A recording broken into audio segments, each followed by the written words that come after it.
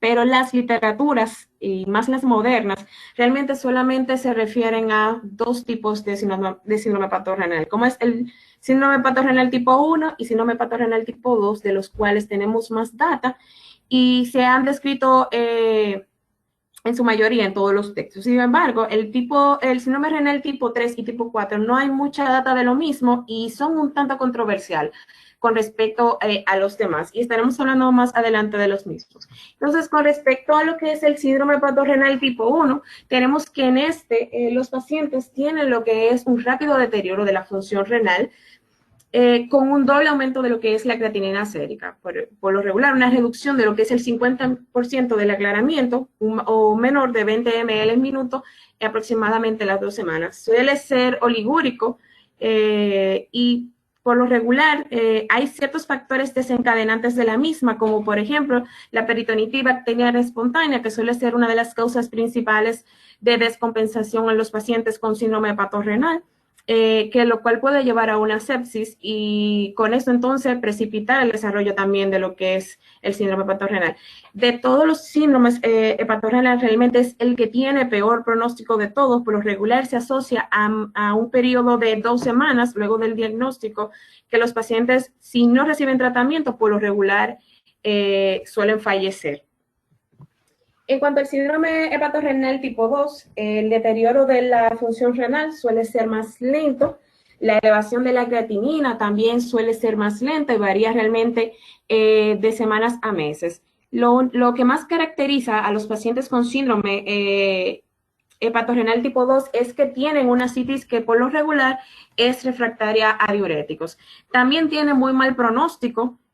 Por lo regular, los pacientes que se le diagnostican un síndrome hepatorenal tipo 2 suelen tener una sobrevida quizás a los 4 a 6 meses como mucho, en comparación a los demás. Con respecto al síndrome hepatorenal tipo 3, le decía anteriormente que es un tanto controversial porque, como dijimos anteriormente, no todos los pacientes que tengan que tengan una cirrosis hepática o un daño renal agudo pueden, entonces, se deben de clasificar dentro de lo que es un síndrome hepatorenal. Pero sin embargo, aquí en el síndrome hepatorenal tipo 3, ellos ponen como que son pacientes que cumplen realmente con criterios de síndrome hepatorenal, pero también tienen un daño intrínseco renal. Por ejemplo, una necrosis tubular aguda, o el paciente también viene con una enfermedad renal crónica de base, como puede ser una nefropatía diabética o una nefropatía hipertensiva, o un paciente que ya tenga una glomerulonefritis también de base. Y con respecto al síndrome hepatorenal tipo 4, realmente de todas las literaturas que consulté solamente lo encontré en uno solo, por lo tanto es un tanto controversial, no todas las literaturas hablan de él, y hablan de un síndrome hepatorenal en el contexto de un paciente con una falla hepática fulminante. ¿Por qué lo consideran controversial? Porque todo paciente que esté cursando con una falla hepática fulminante, por lo regular va a tener una disfunción multiorgánica, entonces no debe de encasillarse realmente estos pacientes acá, y por lo regular por eso es que no lo ponen en las literaturas. Con respecto entonces a lo que son los factores precipitantes de dicha enfermedad, entonces tenemos que cualquier reducción de lo que es el volumen efectivo arterial puede precipitar el desarrollo de lo que es un síndrome hepatorenal, como por ejemplo la poliuria. Cuando me refiero a poliuria en estos pacientes, me refiero al abuso de lo que son los diuréticos en estos pacientes, lo cual puede llevar a grandes depresiones de volumen en los mismos. También tenemos lo que son las grandes extracciones de volumen en paracentesis sin reemplazo de coloides en los pacientes con ascitis refractaria. Por lo regular, la literatura y UpToDate dice que en estos pacientes es a lo que se les saca, tienen una extracción, mayor de lo que son 5 litros en cada paracentesis. También hemorragias gastrointestinales, lo cuales son también un tanto frecuentes en estos pacientes, como por varices esofágicas, por la misma hipertensión portal que padecen los mismos. Con respecto a las infecciones, también suelen estar dentro de las primeras causas de lo que es descompensación del síndrome hepatorenal y la producción también de lo que es peritonitis bacteriana espontánea por la translocación bacteriana que producen el éstasis a nivel de lo que es el tracto gastrointestinal, y con entonces la producción de endotoxinas que pueden entonces producir una cascada de eventos, y con esta llevar a la producción de óxido nítrico y producir así entonces una vasodilatación sistémica. También tenemos la ictericia por obstrucción del árbol biliar.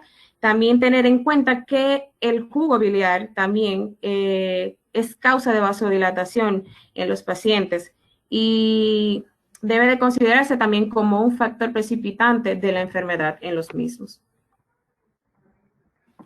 En cuanto a lo que es el diagnóstico de la enfermedad, tenemos como dijimos anteriormente, es un diagnóstico puramente de exclusión. No todos los pacientes que tengan una cirrosis van a ser encasillados dentro de un síndrome hepatorrenal. Pero dentro de los diagnósticos propuestos por lo que fue la CITES Club, tenemos como primero que es todo paciente que tenga cirrosis con ascitis, un paciente que tenga una elevación de la creatinina sérica mayor de 1.5 miligramos sobre decilitro, lo que es la ausencia de mejoría de los niveles de creatinina sérica, disminución de los niveles mayor de 103 micromol o menores, después de al menos 2 días de suspendido el tratamiento diurético y de la administración de la albúmina. La dosis recomendada de albúmina que se utiliza es de 1 gramo kilogramo peso día, sin exceder lo que son los 100 miligramos día, teniendo en cuenta que también estaremos hablando más adelante que la misma debe de reducirse cuando estamos en presencia de algún vasopresor y queremos reducirlo. También otro es lo que es la ausencia de shock en estos pacientes, la ausencia de tratamiento reciente de fármacos nefrotóxicos, la ausencia de enfermedad renal parenquimatosa que sea evidenciada por proteinuria mayor de 500 miligramos día o una micromaturia mayor de 50 hematíes por campo, y o que en la sonografía el paciente no tenga datos de anormales o de obstrucción también a nivel de lo que es el parénquima renal. Estos son los datos que se deben utilizar para lo que es el diagnóstico del síndrome hepatorrenal. Entonces, una pregunta que debemos de hacernos todos. ¿Debe usarse la creatinina como criterio diagnóstico en los pacientes que presentan AKI y síndrome hepatorrenal? Realmente, si nos vamos a ver, estos pacientes tienen una disminución en lo que es la ingesta de proteínas y carnes, así como una disminución de la masa muscular, al igual que esto disminuye la producción de lo que es la creatinina. Y estos pacientes pueden tener una disfunción renal realmente sustancialmente grave, más de lo que realmente la creatinina sérica podría mostrarnos. Lamentablemente, hasta el momento es lo que tenemos a mano, y son los métodos con los cuales nos guiamos hasta el momento, por lo que se han desarrollado también, como todos hemos venido hablando últimamente, lo que son los biomarcadores que se pueden utilizar como diagnóstico y pronóstico de la enfermedad, como es la lipocaína asociada a la gelatinasa del neutrófilo, la interleucina 18, el LFA y el Q1. Realmente esto carece muchos estudios en cuanto a lo que es el AKI inducido por lo que es el síndrome hepatorrenal. Hay muy poca literatura que hablan de lo mismo, realmente más porque no se ha investigado mucho en estos pacientes, y aparte de eso realmente no están dentro de la cartera de servicios que uno puede realizarle a los pacientes, dado su costo y porque los mismos también todavía están en procesos de estudios. Entonces, hablando ya de lo que es el tratamiento de esta enfermedad, una de las cosas que tenemos que tener en cuenta cuando estamos ante un síndrome hepatorrenal es que debemos de tratar la enfermedad de base con la que está cursando el paciente. Entonces, lo primero es, todo paciente que tenga una enfermedad viral debe de tener una buena terapia contra el mismo que sea eficaz. Y en aquellos pacientes que tengan una hepatopatía alcohólica, lo primero que se debe hacer es el abandono del alcohol en estos pacientes, para así entonces tener un mejor control de lo que es la patología y también poder un mejor tratamiento del mismo. Entonces, dentro de los tratamientos generales en los pacientes con AQI y que presentan también cirrosis, entonces, lo primero es que debemos es de tratar la infección, como estuvimos hablando anteriormente. Las infecciones, debido a la translocación bacteriana, producen toxinas que pueden liberar óxido nítrico debido a ciertas cascadas que se van liberando y provocar una vasodilatación sistémica, lo cual no va a alterar lo que es la hemodinamia renal. También otra de las cosas que tenemos que descontinuar en estos pacientes es el uso de AINES o nefrotóxicos por la misma razón de que ya venimos donde un paciente que de por sí, por la misma hipertensión portal, tiene alteración en la hemodinamia renal y si añadido a eso, agregamos lo que son nefrotóxicos, podría ser mucho más deleterio y perpetuar lo que es el daño renal en los pacientes. Y en estos pacientes también que estén cursando con una cirrosis descompensada, se debe de descontinuar los inhibidores de la ECA, también los ARA2, por lo antes ya explicado con respecto también a los AINES. Entonces, ¿cuál es el fundamento de las diversas opciones de tratamiento en los pacientes con aquisirrosis? Lo primero es, 1, mejorar el volumen efectivo arterial, que es una de las causas de la fisiopatología. ¿Cómo hacemos esto? Entonces, administrando expansores de volumen. Lo segundo es reducir la vasodilatación arterial. Con esto lo logramos usando vasoconstrictores. Eliminar la hipertensión portal, que también con esto lo hacemos con los TIPS shunts, que también estaremos hablando más adelante. Y lo otro es corregir la disfunción hepática y la hipertensión portal, que realmente lo más efectivo hasta el momento es el trasplante hepático. Entonces, se deben usar los vasodilatadores renales en lo que es la injuria renal aguda en pacientes con síndrome hepatorenal. Realmente no se deben de usar porque no hay eficacia comprobada de la misma, como lo que son de la dopamina, los análogos de la prostaglandina E1 y los antagonistas de los receptores de la endotelina. Hasta el momento no han mostrado eficacia en mejorar el pronóstico de los pacientes y la literatura que consulta dice que no deben de usarse en estos pacientes. Entonces, tenemos los expansores de volumen, que en este caso hablaremos de la albúmina. Realmente no ha demostrado ser efectiva por sí misma en los pacientes que tienen lesión renal aguda inducida por un síndrome hepatorrenal. Tener en cuenta de que esos pacientes ya por la misma injuria hepática que tienen una disminución, una producción disminuida de lo que es la albúmina. Entonces, de por sí ya tienen una disminución la disminución de la albúmina produce entonces lo que es una disminución en la presión oncótica y, por tanto, aumenta la presión hidrostática. Y por esto es que hay tanta extravasación de líquido en tercer espacio en estos pacientes. La albúmina debe de usarse entonces con vasoconstrictores. Realmente aquí es que ha demostrado mucho más efectividad. Se utiliza aproximadamente de 1 miligramo kilogramo día, 1 gramo, perdón, sin exceder la dosis máximas, que son los 100 gramos, seguido de 20 a 40 gramos día hasta que se retire el vasopresor. Las dosis deben de ser tituladas por la presión venosa central, porque así evitamos que el paciente desarrolle posteriormente lo que pueda ser un edema agudo de pulmón o sobrecarga en el mismo, que también pueda llevarnos a morbilidad en el paciente. También tenemos lo que son los análogos de la vasopresina, como lo que es la terlipresina y la ornipresina, que son análogos de la vasopresina que producen vasoconstricción del lecho esplécnico. También no suelen usarse de forma sola, sino que suelen por lo regular administrarse en combinación con otros medicamentos. Tenemos también el midodrine, que es un alfa-agonista que aumenta la presión sistémica y también aumenta lo que es el flujo de perfusión renal. No es usado tampoco de forma muy deliberada porque produce muchos efectos secundarios, como lo que vemos aquí. El paciente puede tener erección, puede tener nerviosismo, puede tener cambios en los hábitos urinarios, puede tener calambres, mareos, entre otras manifestaciones secundarias a la misma. También tenemos el opioide, que no es más que un análogo de la somatostatina, que regula el tono venoso en el tracto gastrointestinal y este inhibe la dilatación esplécnica en conjunto lo que es con la amiodarina.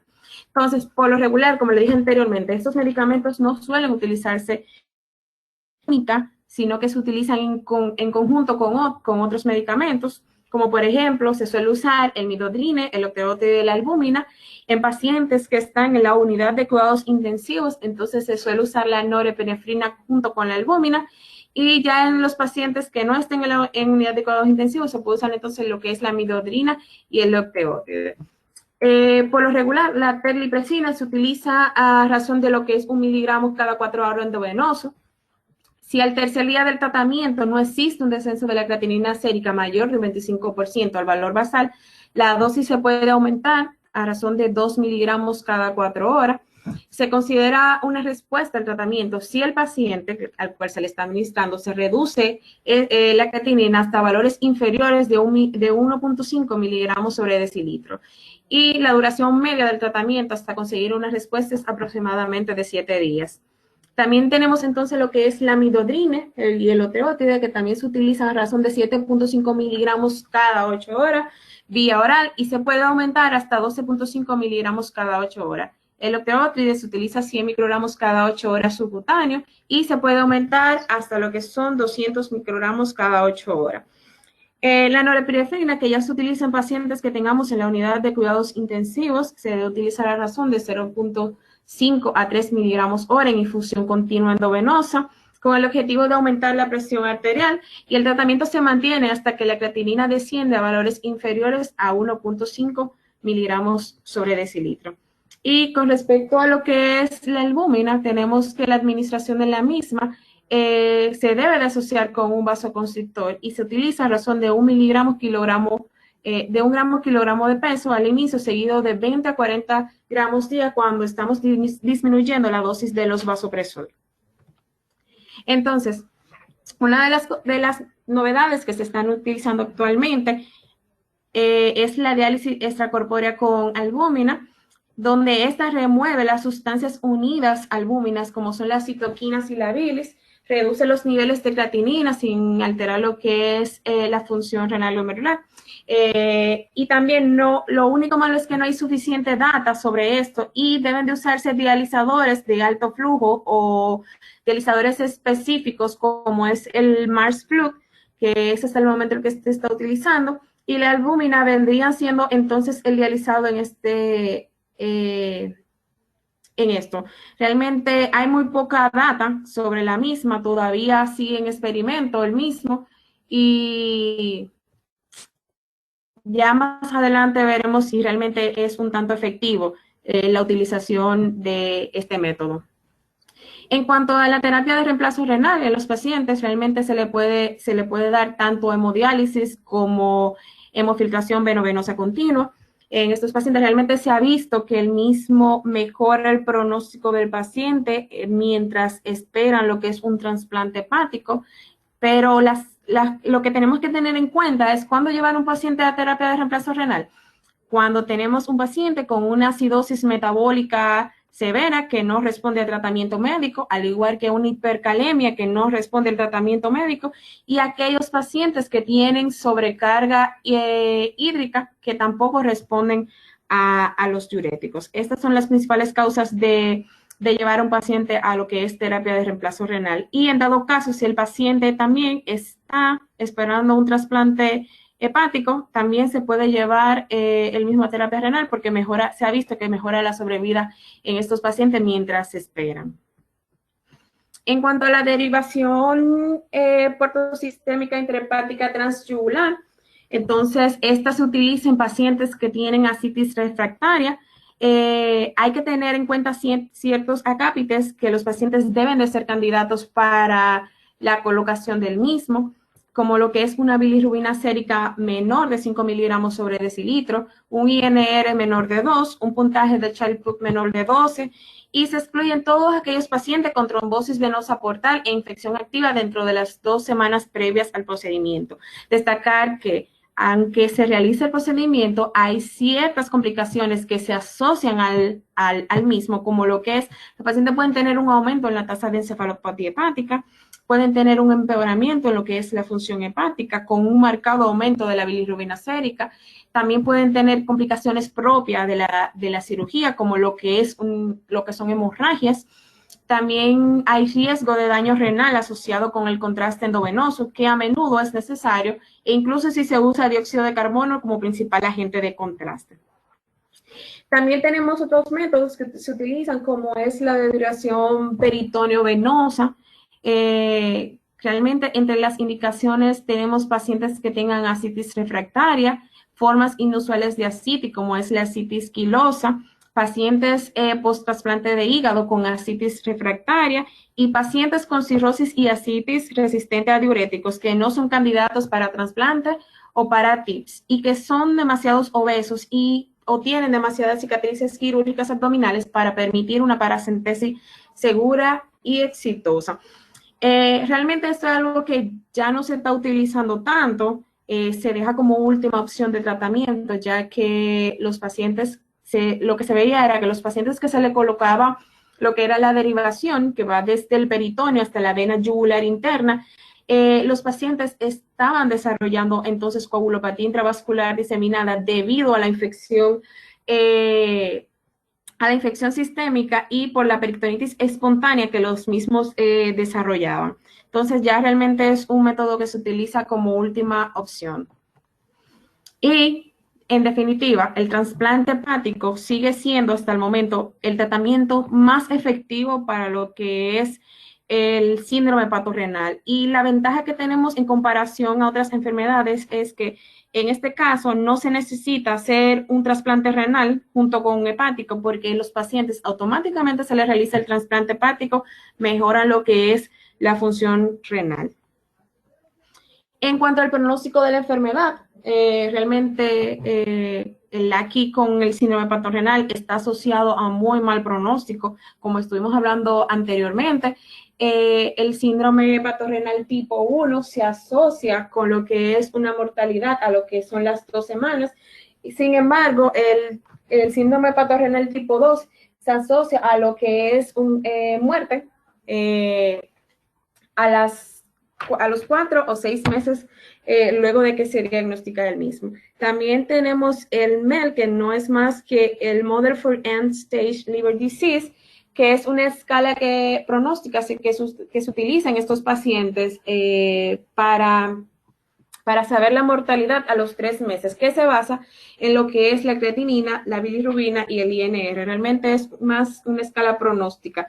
Y también incluye aquí los pacientes que están actualmente bajo hemodiálisis.